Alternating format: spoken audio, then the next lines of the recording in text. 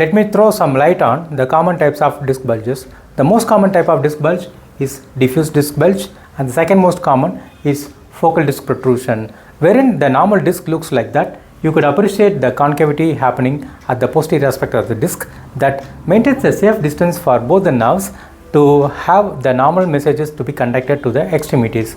But in diffuse disc bulge, as the name indicates, there will be a gross expansion of the disc in the entire circumference. There is a problem with this type of bulge that the nerve will get approximated by the bulging disc on both the sides. Such type of disc bulge will be happening for many years. The patient himself will not know when the pain started, how it started, but they will be slowly starting to feel the pain, and since the process is very slow, they get accommodated to the pain. They get to learn to live with the pain, and these people say that they have very good pain tolerance. But the pain would be bilateral in nature, and these people will be feeling their muscles are a bit tight and sore and heavy, and sometimes sensory manifestations and so on. So this is the type of the bulge that you see for the aging population, but nowadays we are seeing this in the middle-aged people as well. The second most common is focal disc protrusion, where at one particular point the disc will protrude and causing the nerve compression.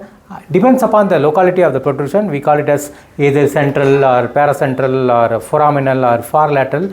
Based on the locality of the protrusion and based on the magnitude of the protrusion, whether it's mild or moderate or severe type of protrusion, accordingly the patient's symptom would be varying. The other variants are extrusion and sequestration. So they have their own manifestation, but they are not as common as these two are. So as a clinician, you should know whether the patient's clinical symptoms are matching with the findings in the MRI.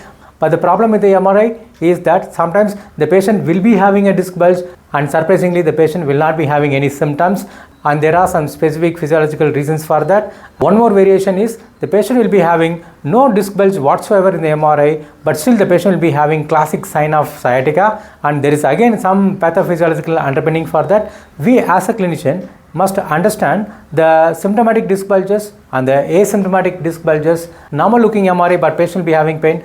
These are all some of the confusing manifestations that challenges the physiotherapist. But if you really combine the neuropathophysiological and the inflammatory pathophysiology, then you will be able to understand and clinically reason out why patients are having pain and what are the clinical implications out of it, and what we have to do as a physiotherapist in each and every subvariant of back pain. So these are all the things I am going to talk about in my upcoming class on spine MRI and its clinical implications for physiotherapists.